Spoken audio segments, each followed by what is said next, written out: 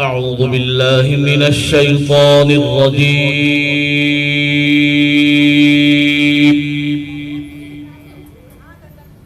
بسم الله الرحمن الرحيم. الحمد لله نحمده ونستعينه ونستغفره ونؤمن به ونتوكل عليه ونعوذ بالله من شرور أنفسنا ومن سيئات أعمالنا. من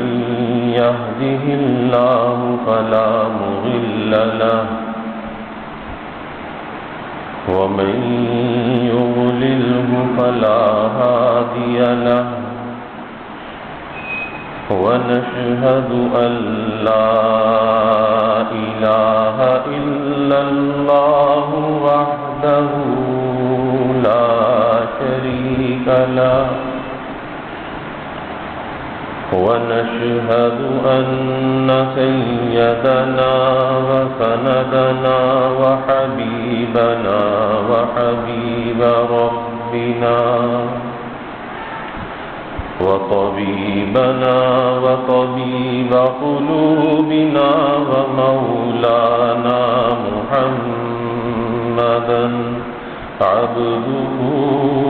ورسوله. وصلى الله تعالى عليه وعلى آله وأصحابه وبارك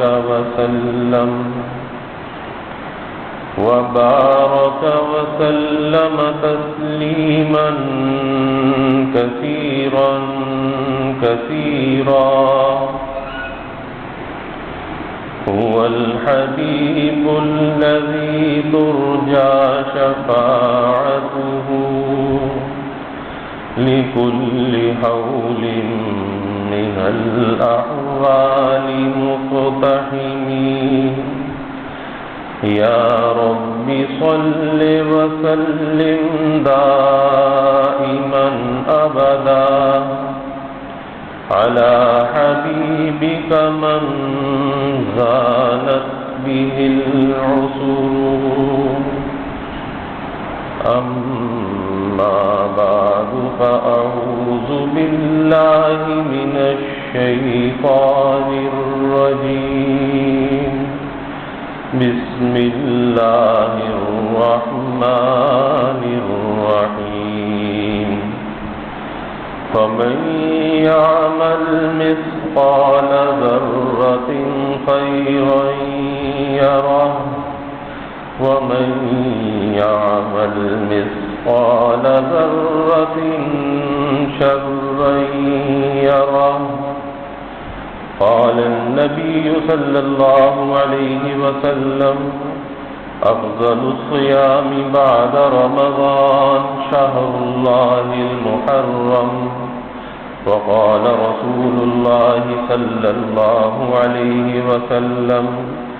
صوموا عاشوراء وخالفوا فيه اليهود وصوموا قبله يوما وبعده يوما، أو كما قال عليه الصلاة والتسليم. صدق الله العظيم وصدق رسوله النبي الكريم،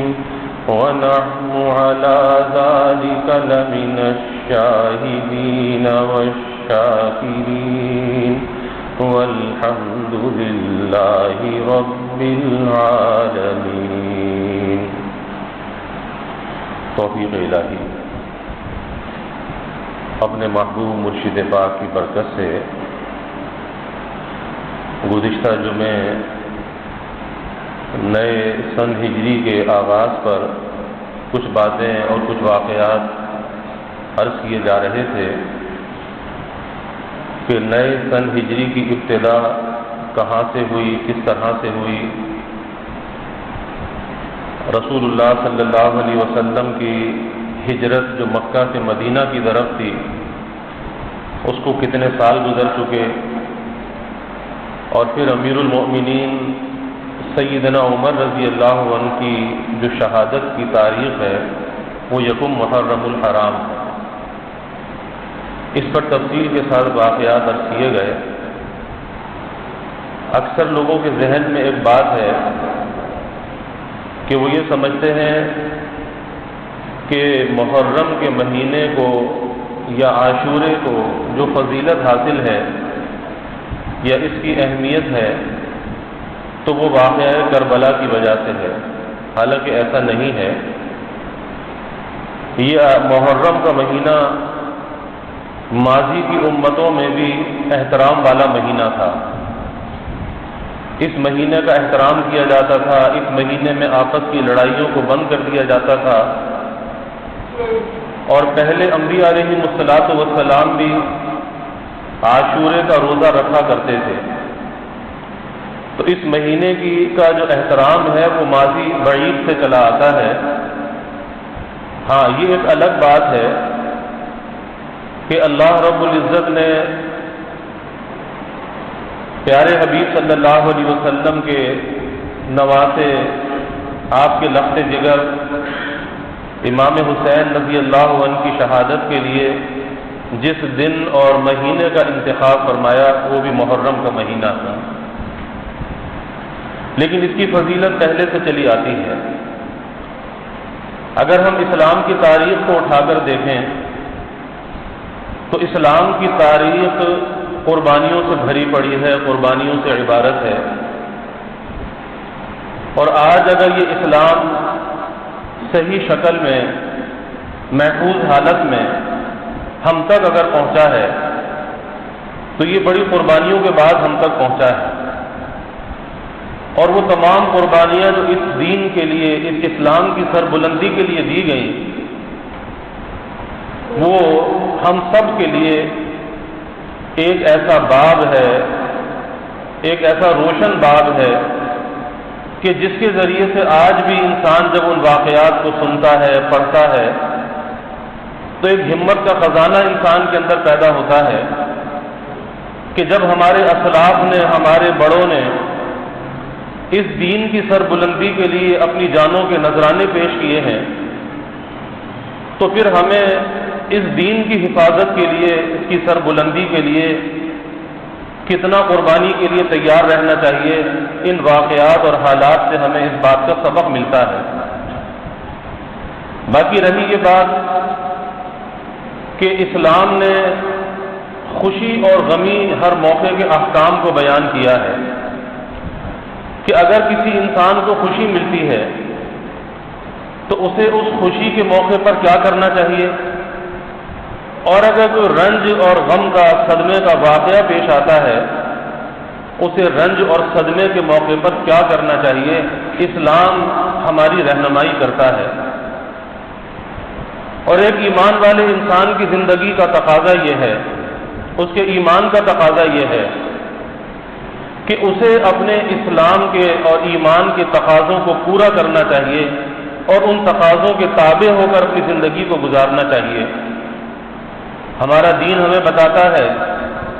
کہ اگر انسان کو کوئی خوشی میسر آتی ہے تو اسے خوشی کے موقع پر اللہ کے سامنے سر بسجود ہو جانا چاہیے، اپنے مالک اور خالق کا شکر گزار ہونا چاہیے، اور اللہ کی نعمت کی دل سے قدردانی کرنی چاہیے، اللہ کی نعمت کو اللہ کی مرضی میں استعمال کرنا چاہیے۔ اور اگر کوئی رنج کا واقعہ پیش آتا ہے،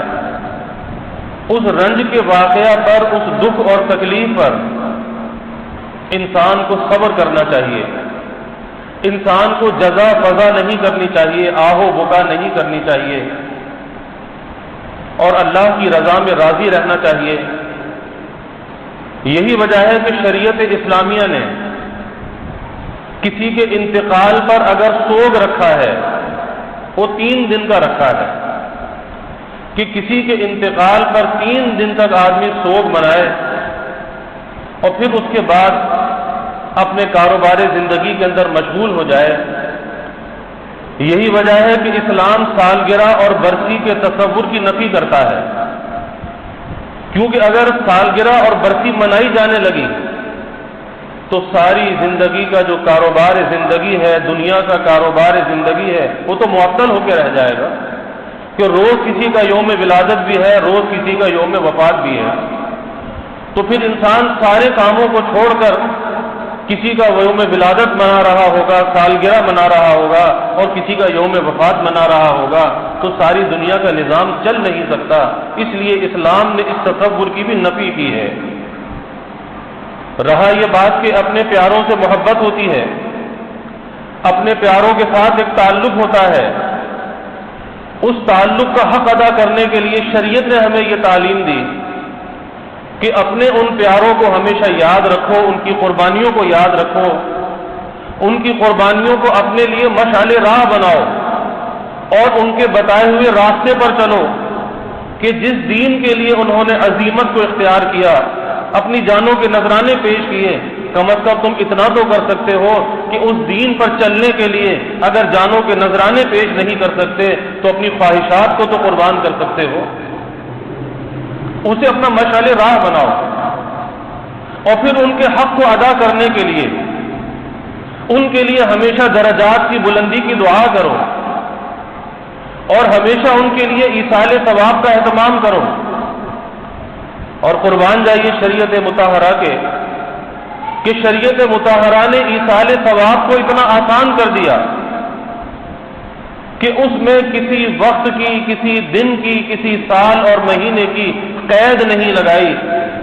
کہ آئندہ سال اگر وہ دن آئے گا تو جب ایصال ثواب کرنا. نہیں، شریعت نے ایسی کوئی قید بھی نہیں لگائی. جب چاہے، جس وقت چاہے آپ ایصال ثواب کر سکتے ہو، جانی ایصال ثواب بھی کر سکتے ہو اور مالی ایصال ثواب بھی کر سکتے ہو. شریعت نے اتنی آسانی عطا فرما دی.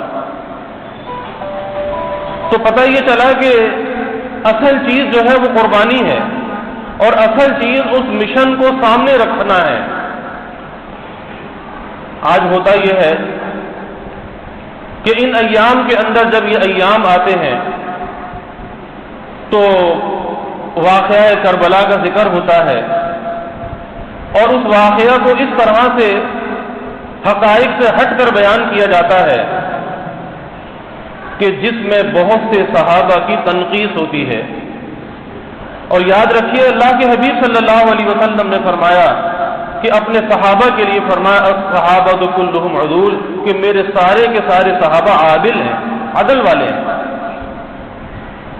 اور ہم کسی بھی صحابی کے بارے میں نعوذ باللہ یہ عقیدہ نہیں رکھ سکتے کہ صحابہ میں سے کوئی حق سے ہٹا ہوا تھا یا صحابہ میں سے کوئی گمراہ تھا. یہ عقیدہ ہم نہیں رکھ سکتے ورنہ ایمان کا نقصان ہو جائے گا. سب کے سب عادل ہیں اور آپ نے یہاں تک فرمایا کہ تم جس کا بھی اتباع کرو گے تم کامیاب ہو جاؤ گے. یہی وجہ ہے کہ اللہ کے حبیب صلی اللہ علیہ وسلم نے دو چیزوں میں کلام کرنے سے منع کر دیا کہ ان دو چیزوں کے اندر تم کلام نہ کرو، تمہیں اس بات کی اجازت نہیں. ایک تو فرمایا کہ مسئلہ تقدیر کے اندر کلام نہ کرو کہ یہ مسئلہ ماننے کا ہے، یہ جاننے کا نہیں ہے. تقدیر پر ایمان لاؤ، تقدیر کے خیر پر بھی ایمان لاؤ اور تقدیر کے شر پر بھی ایمان لاؤ کہ یہ مسئلہ جاننے کا نہیں بلکہ ماننے کا ہے. اور دوسرے فرمایا مشاجرات صحابہ میں کلام کرنے سے منع کر دیا گیا کہ صحابہ کے درمیان جو آپس میں اختلافات ہوئے اور بعض اوقات نوبت یہاں تک آئی کہ آپس میں جنگیں ہوئیں، لیکن مشاجرات صحابہ میں کلام کرنے سے منع کر دیا گیا کیونکہ وہ سب کے سب عادل تھے، سب کے سب حق پر تھے، رائے کا اختلاف تھا لیکن وہ ایک دوسرے کے خلاف نہیں تھے. یہی وجہ ہے کہ جب ہم جنگ جمل اور جنگ صفین کی تاریخ کو اٹھا کر دیکھتے ہیں کہ میدان کارزار ہے، ایک طرف حضرت علی مرتضیٰ رضی اللہ عنہ ہے اور ایک طرف حضرت امیر معاویہ رضی اللہ عنہ ہے. رائے کا اختلاف ہے لیکن دونوں ایک دوسرے کے خلاف نہیں ہیں. جب نماز کا وقت آتا ہے تو آپس میں محبت بھی ایسی ہے کہ دونوں ایک دوسرے کے پیچھے نمازیں پڑھتے ہیں اور جب کھانے کا وقت آتا ہے تو ایک دسترخوان پر بیٹھ کر کھانا بھی کھاتے ہیں. اور یہاں تک واقعات میں آتا ہے کہ حضرت علی رضی اللہ عنہ اپنے ہاتھ سے بوٹی اٹھا کر حضرت امیر المومنین معاویہ رضی اللہ عنہ کے منہ میں رکھتے ہیں، اور حضرت امیر معاویہ لقمہ اٹھا کر حضرت علی کے منہ میں رکھتے ہیں. آپس میں محبت بھی اتنی ہے کہ ایک دسترخوان پر بیٹھ کر کھانا کھاتے ہیں. تو آج کس کا منہ ہے کہ وہ صحابہ کے بارے میں لب کشائی کرے؟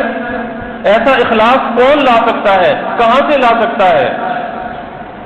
اور امت کے اندر یہ جو تفرقہ پیدا ہوا، عبداللہ ابن سبا، یہ سبائی فرقہ جب پیدا ہوا، اس سبائی فرقے نے جب جنم لیا، اور یہی وہ سبائی فرقہ تھا جس نے حضرت علی رضی اللہ عنہ کو کوفے بلایا،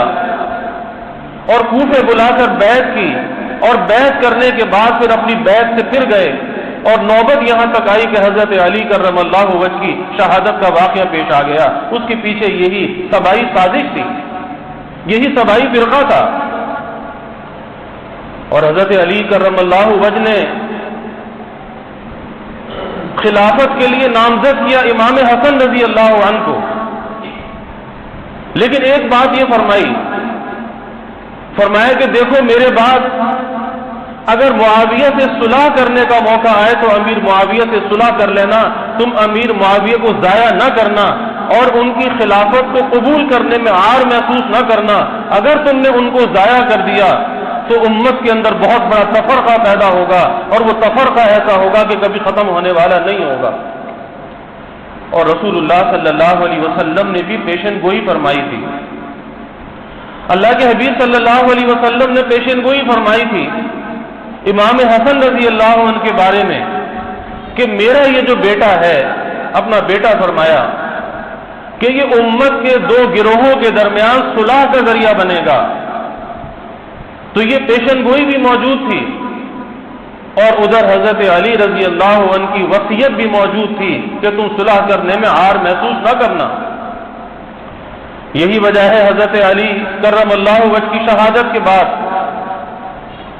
اور آپ کی تجہیز و تدفین کے بعد امام حسن رضی اللہ عنہ نے جو حضرت علی کا قاتل تھا ابن ملجم، اس کو ٹھکانے لگایا، اور اس کے بعد خلافت کی بیعت لی. خلافت کی بیعت لینے کے بعد پھر ایک معرکہ گرم ہو گیا کہ ادھر سے کوفہ سے 40,000 کا لشکر لے کر روانہ ہو رہے ہیں امام حسن رضی اللہ عنہ، اور ادھر دمشق سے روانہ ہوتے ہیں بڑا لشکر لے کر امیر معاویہ رضی اللہ عنہ. مدائن کا مقام آتا ہے، وہاں پر یہ دونوں فوجیں آمنے سامنے ہو جاتی ہیں، لیکن ابھی کوئی معرکے کی نوبت نہیں آتی، کسی لڑائی کی نوبت نہیں آتی کہ ایک واقعہ، ایک بات کوئی افواہ پھیلا دیتا ہے، کوئی غلط بات کو مشہور کر دیتا ہے کہ امام حسن رضی اللہ عنہ کا جو ایک ہراول دستہ جو آگے آگے جا رہا تھا، کسی نے افواہ پھیلا دی کہ اس کو شکست ہو گئی. اور جب یہ خبر پیچھے آئی تو وہی بات کہ وہ جو سبائی فرقہ تھا اس نے ایک ہنگامہ برپا کر دیا، یہاں تک کہ امام حسن رضی اللہ عنہ پر حملہ کیا گیا، آپ کے کپڑے تک پھاڑ دیے گئے. امام حسن رضی اللہ عنہ نے کسرا کے محل میں جو مدائن میں تھا وہاں پر پناہ لی، اور پھر وہاں سے حضرت امیر معاویہ کے پاس صلح کا پیغام بھیجا. حضرت امیر معاویہ نے اس صلح کے پیغام کو قبول کر لیا،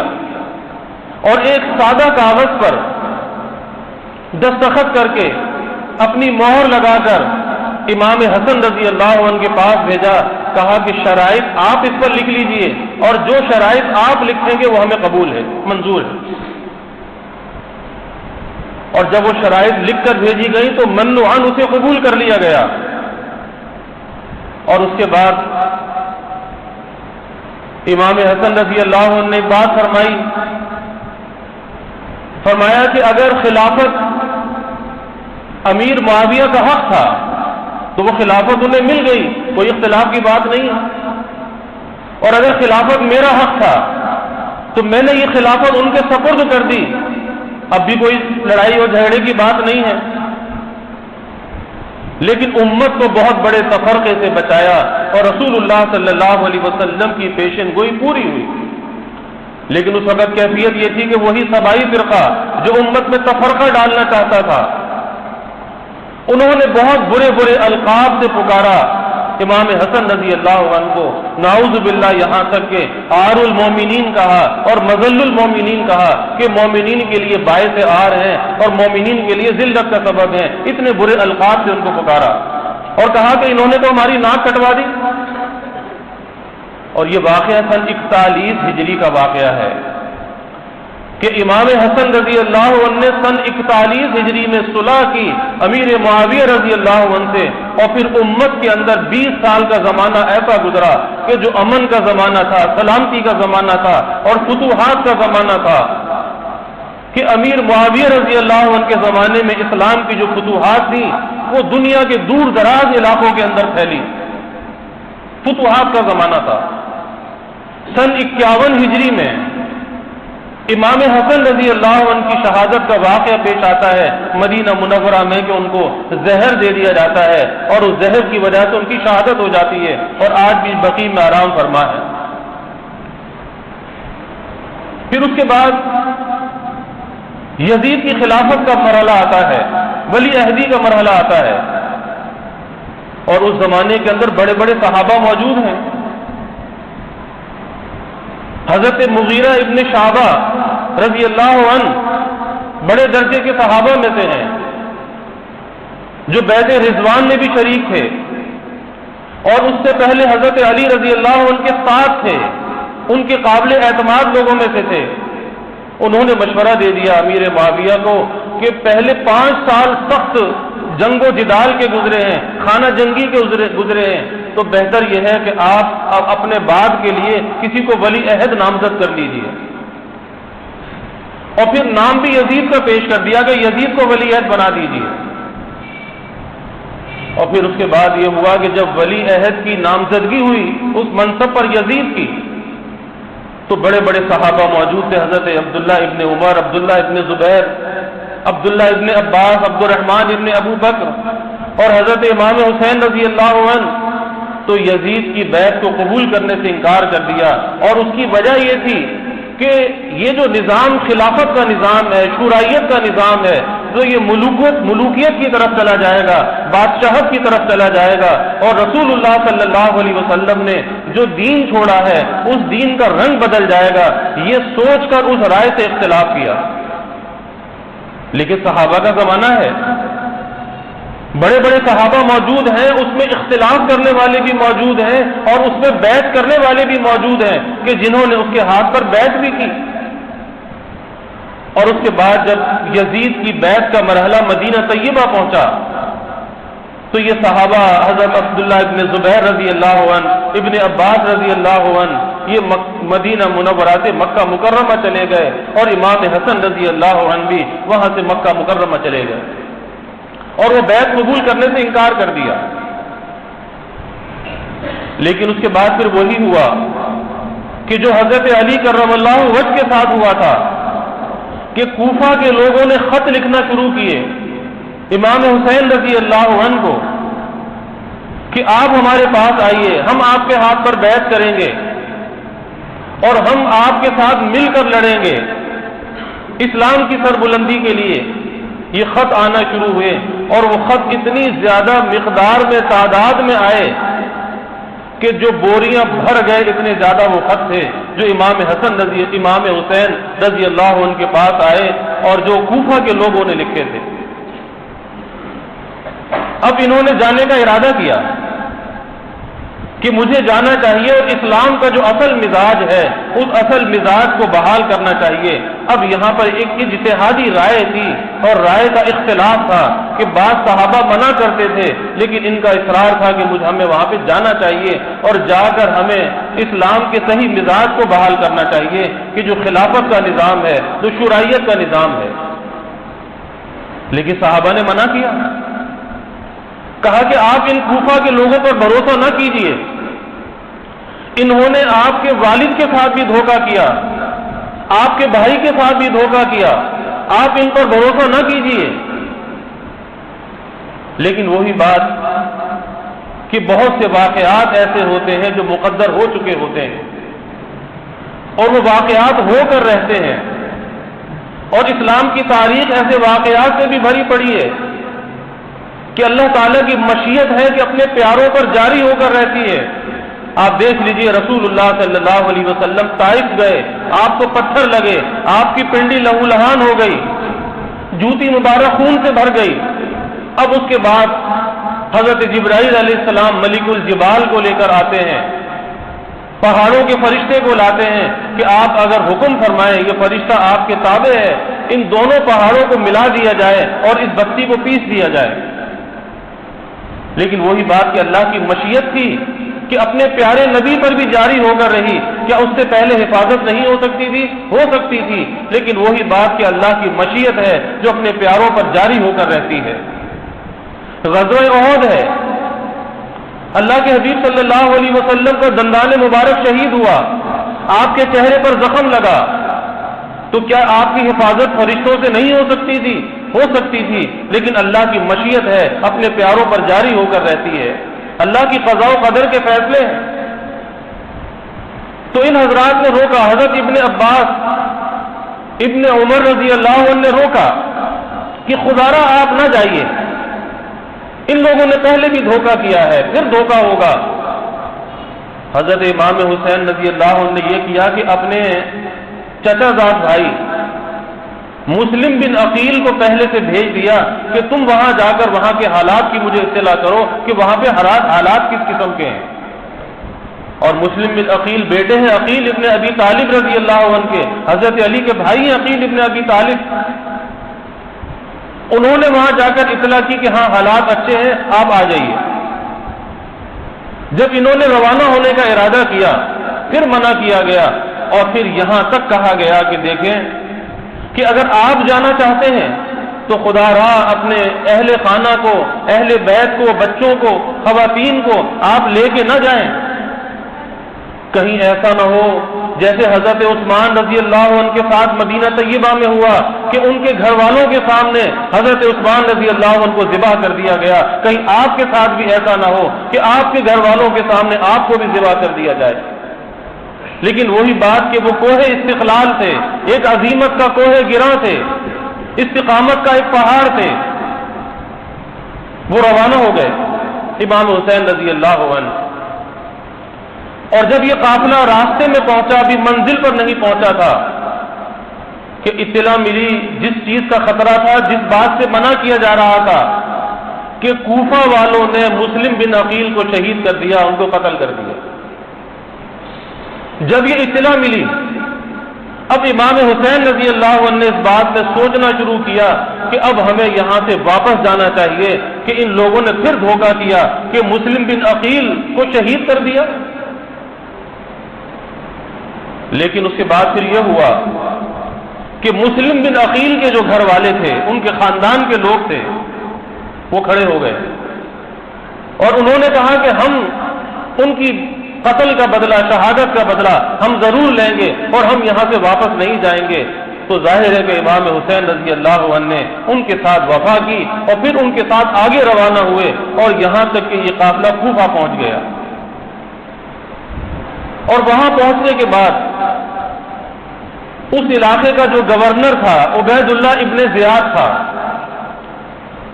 وہ 1000 کا لشکر لے کر وہ مقابلے کے لیے آ گیا،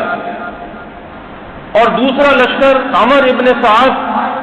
یہ بیٹے ہیں حضرت سعد ابن ابی وقاص رضی اللہ عنہ کے، اور سعد ابن ابی وقاص رضی اللہ عنہ وہ صحابی ہیں کہ جو عشرہ مبشرہ میں سے بھی ہیں اور جو فاتح ایران ہیں، کہ جنہوں نے حضرت عمر رضی اللہ عنہ کے زمانے میں ایران کو، فارس کو فتح کیا تھا، ان کے بیٹے عمر ابن سعد،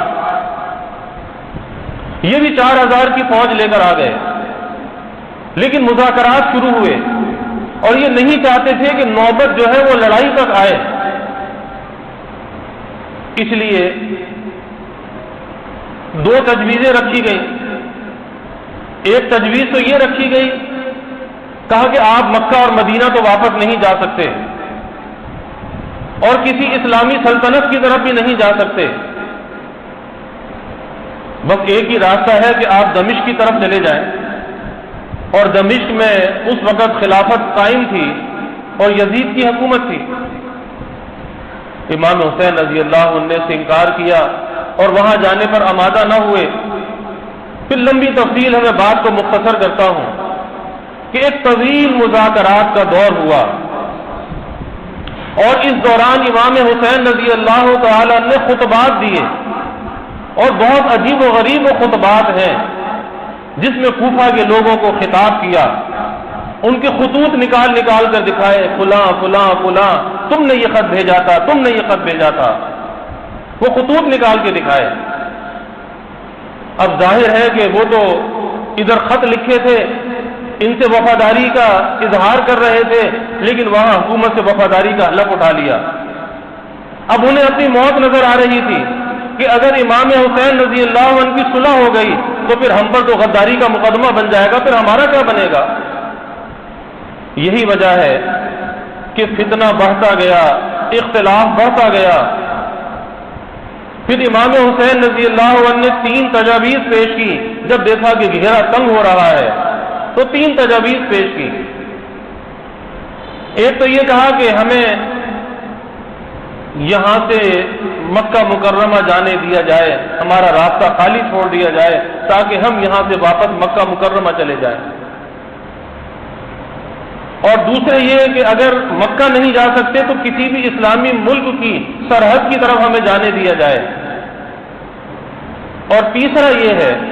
کہ ہمیں دمشق جانے دیا جائے، ہم دمشق جا کر یزید سے خود اپنی صلح کر لیں گے، خود معاہدہ کر لیں گے، بس ہمارا راستہ کھلا چھوڑ دیا جائے۔ لیکن وہی بات کہ بعض لوگ شاہ سے زیادہ شاہ کے وفادار ہوتے ہیں۔ اب جب یہ بات آئی کہ ہمیں دمشق جانے دیا جائے، ہم جا کے خود صلح کر لیں گے، تو ابن زیاد جو تھا اس نے اس بات کو قبول نہیں کیا، اور شمر الجوشن تھا اس نے اس بات کو قبول نہیں کیا۔ اس نے کہا ٹھیک ہے ہم آپ کو جانے تو دیں گے، لیکن ایک بات ہے، اور بات یہ ہے کہ پہلے آپ یزید کی بیعت ہمارے ہاتھ پر کر لیں پھر آپ کو جانے دیں گے۔ امام حسین رضی اللہ عنہ نے کہا کہ یہ تو ہو نہیں سکتا کہ موت تو قبول ہے لیکن یزید کی بیعت قبول نہیں ہے۔ اور بس یہاں پر پھر اختلاف ہوا، اور پھر نوبت جو ہے وہ آگے جنگ تک آ گئی، لڑائی تک نوبت آ گئی۔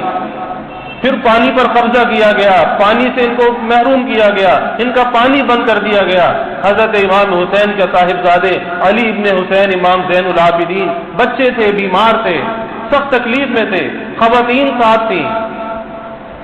اور پھر اس کے بعد تاریخ اسلام کا وہ دردناک واقعہ رونما ہوا کہ آج بھی تاریخ سے اس واقعے کو جب بیان کرتی ہے تو لرزتی ہے کہ یہ دردناک واقعہ کیسا تھا، کہ جس میں رسول اللہ صلی اللہ علیہ وسلم کے اہل بیت کے ساتھ کیا ماجرا پیش آیا، کیا معاملہ پیش آیا،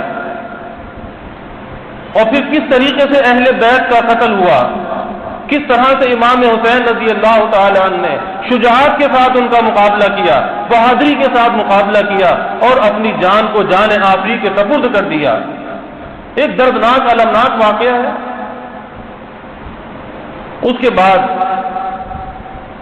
جب یہ لڑائی ختم ہوئی اور پھر یہ بچا کچا چھوٹا سا ایک قافلہ بچا جس میں خواتین تھیں، بچے تھے، اور حضرت امام حسین کی بہن حضرت زینب تھی، پھر ان کے صبر کا، عزم اور استقلال کا،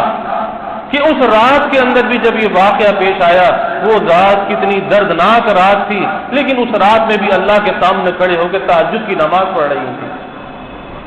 اور ایسی صبر کا ایک ایسا نمونہ تھی کہ اتنے بڑے حادثے کے بعد بھی اللہ کی رضا کے اندر راضی تھی۔ اور جب ابن زیاد کے محل میں یہ لوگ پہنچے، پھر ابن زیاد کو کیسے انہوں نے خطاب کیا، اور جب یہ لٹا پٹا قافلہ یزید کے دربار میں پہنچا، امام حسین رضی اللہ عنہ کا سر جب وہاں پہ لے جایا گیا تو وہاں پہ کوہرام برپا ہو گیا، اور اس نے کہا کہ میں نے ایسا کب کہا تھا، اور پھر اس بات پر اس نے افسوس بھی کیا، کاش کہ میں خود وہاں پہ جاتا تو یہ نوبت ہی نہ آتی۔ اور پھر اہل بیت کے جو گھر والے، اہل بیت کے جو بچا کچا لٹا پٹا جو قافلہ تھا، پھر ان کے ساتھ بڑی عزت اور تکریم کا معاملہ کیا، اور انہیں بہت ہدایہ اور تحائف دے کر پھر انہیں مدینہ طیبہ کی طرف روانہ کیا۔ لیکن وہی بات ہے کہ ایک ایسا قضاء و قدر کا واقعہ تھا، اللہ کی مشیت کا واقعہ تھا، جو مشیت جاری ہو کر رہنی تھی اور اللہ کی وہ مشیت جاری ہو کر رہی۔ لیکن اس میں ہمارے لیے صرف یہ سبق ہے کہ ان لوگوں نے جو اللہ کے دین کے لیے قربانیاں دی، دین کی سربلندی کے لیے، اور ایک عظیمت کے راستے کو اختیار کیا، رخصت کے راستے کو چھوڑ دیا، تو بھائی ہمیں بھی یہی سبق ملتا ہے کہ اللہ کے دین کے لیے کم از کم ہم اپنی خواہشات کو تو قربان کر سکتے ہیں۔ اللہ کے سامنے سرخرو اور کامیاب ہونے کے لیے کیا ہم اپنی خواہشات کو قربان نہیں کر سکتے اور ان لوگوں کے اسوہ پر عمل نہیں کر سکتے؟ یقیناً ہمیں اس اسوہ پر عمل کرنا چاہیے کہ دین کے لیے قربانی کا جو جذبہ ہے یہ ہر ایمان والے کے دل کے اندر ہونا چاہیے، اور یہی اس واقعہ سے سبق ملتا ہے۔ باقی میں نے تفصیل پہلے عرض کر دی کہ اسلام برسی اور سالگرہ کے تصور کی نفی کرتا ہے، اسی لیے رسول اللہ صلی اللہ علیہ وسلم نے فرمایا کہ دو آوازیں اللہ تعالیٰ کو سخت ناپسند ہیں، ایک خوشی کے موقع پر گانے باجے کی آواز اور ایک غم کے موقع پر بین کرنے کی آواز، یعنی چلا کر رونے کی آواز، یہ اللہ کو سخت ناپسند ہے۔ اور یہاں تک آپ صلی اللہ علیہ وسلم نے فرمایا کہ کسی غم کے واقعہ پر اپنے چہرے کو نوچنا یا سینہ کو بھی کرنا یا زور زور سے چلانا، آپ صلی اللہ علیہ وسلم نے فرمایا کہ جو ایسا کرے وہ ہم میں سے نہیں ہے۔ تو بھائی ہمیں سبق یہی ملتا ہے کہ ہمیں ان حضرات کی جو مشن تھا اس مشن کو ہمیں لینا چاہیے، یعنی دین کے لیے قربانی کا جذبہ دل میں ہونا چاہیے۔ باقی ان ایام میں ہمیں کرنا کیا چاہیے؟ اللہ کے حبیب صلی اللہ علیہ وسلم نے ہمیں اس کی تعلیم دی ہے، کیونکہ یہ میں نے ابتدا میں عرض کیا کہ یہ عاشورے کے جو ایام ہیں یہ تو ماضی کی امتوں کے اندر بھی احترام والے دن تھے، محرم کا مہینہ احترام والا مہینہ تھا۔ اب ہمیں کرنا کیا چاہیے؟ حدیث شریف میں آتا ہے کہ اسلام میں جب تک رمضان کے روزے فرض نہیں ہوئے تھے اس وقت تک عاشورے کا جو روزہ تھا وہ فرض روزے کی حیثیت سے رکھا جاتا تھا، اور جب رمضان کے روزوں کی فرضیت نازل ہوئی تو پھر عاشورے کے روزے کی فرضیت منسوخ ہو گئی۔ رسول اللہ صلی اللہ علیہ وسلم نے جب مدینہ طیبہ ہجرت فرمائی تو آپ نے دیکھا کہ یہود عاشورے کے دن کا روزہ رکھ رہے ہیں۔ آپ نے پوچھا کہ بھئی یہود کس وجہ سے روزہ رکھتے ہیں؟ آپ صلی اللہ علیہ وسلم کو بتایا گیا کہ یہود اس وجہ سے روزہ رکھتے ہیں کہ عاشورے کے دن 10 محرم کو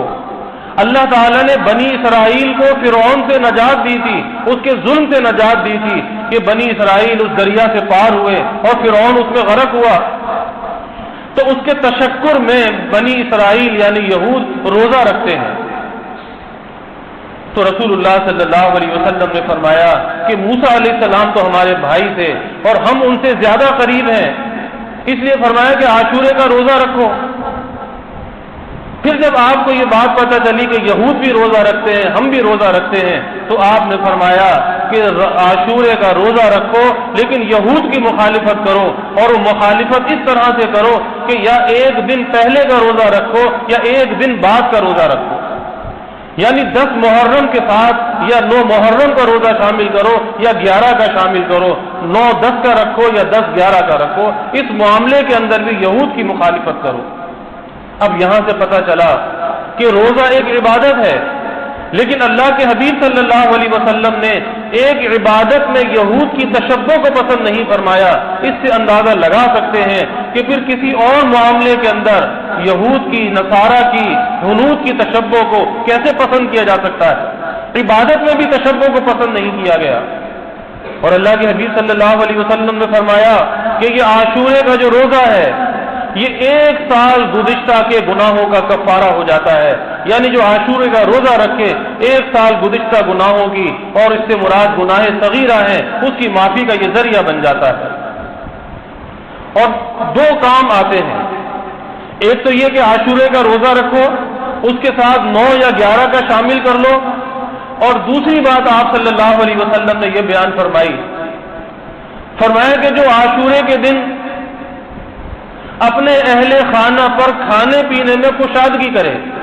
اپنے دسترخوان کو وسعت دے، تو اللہ تعالیٰ اس کی برکت سے سارا سال اسے رزق کی برکت عطا فرماتے ہیں، یعنی سارا سال اس کا رزق کشادہ رہتا ہے، جو عاشورے کے دن اپنے گھر کے دسترخوان کو کشادہ کرے۔ اب اس کا یہ مطلب نہیں کہ آدمی کوئی دیگے بنا کے کوئی تقسیم کرے، کیونکہ آج ہوتا یہ ہے کہ ہم بجائے شریعت پر عمل کرنے کے اپنی طبیعت کے تقاضوں کو پورا کرتے ہیں، ہم غیر اللہ کے نام کی نظر و نیاز کرنے لگتے ہیں،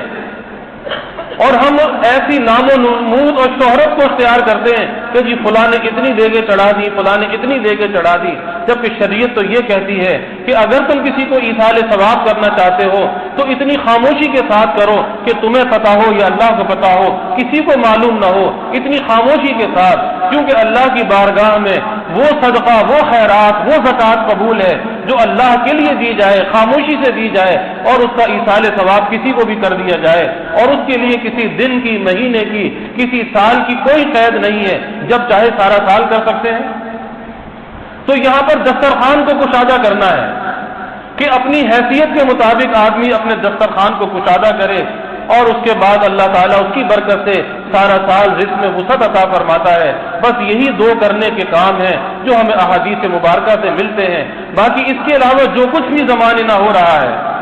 وہ کسی اور کا طریقہ تو ہو سکتا ہے، ہم کسی کے طریقے پر نکیر نہیں کرتے، لیکن یاد رکھیے کہ ہمیں اپنے عقیدے کی حفاظت کرنی ہے، اس لیے دنیا میں کوئی جو چاہے کرے اس سے ہمیں کیا سروکار ہے، ہمیں اپنے ایمان کی حفاظت کرنی ہے، ہمیں اپنے اسلاف کے، صحابہ کے نقش قدم پہ چلنا ہے، اور وہ نقش قدم، وہ طریقے آج موجود ہیں، اس لیے اللہ سے ان ایام کی برکت بھی مانگنی چاہیے، اور جو احادیث مبارکہ میں جن کاموں کے کرنے کی ہمیں تعلیم دی گئی ہے ان کاموں کو ہمیں اختیار کرنا چاہیے۔ اللہ تعالیٰ اس عاشورے کی برکات ہمیں نصیب فرمائے، اور اس عاشورے کی برکات سے سب کو مالا مال فرمائے۔ ان ایام کے اندر جو خیر ہے اللہ وہ خیر ہم سب کو عطا فرمائے، اور جو شر ہے اللہ اس سے سب کی حفاظت فرمائے۔ وآخر دعوانا الحمدللہ۔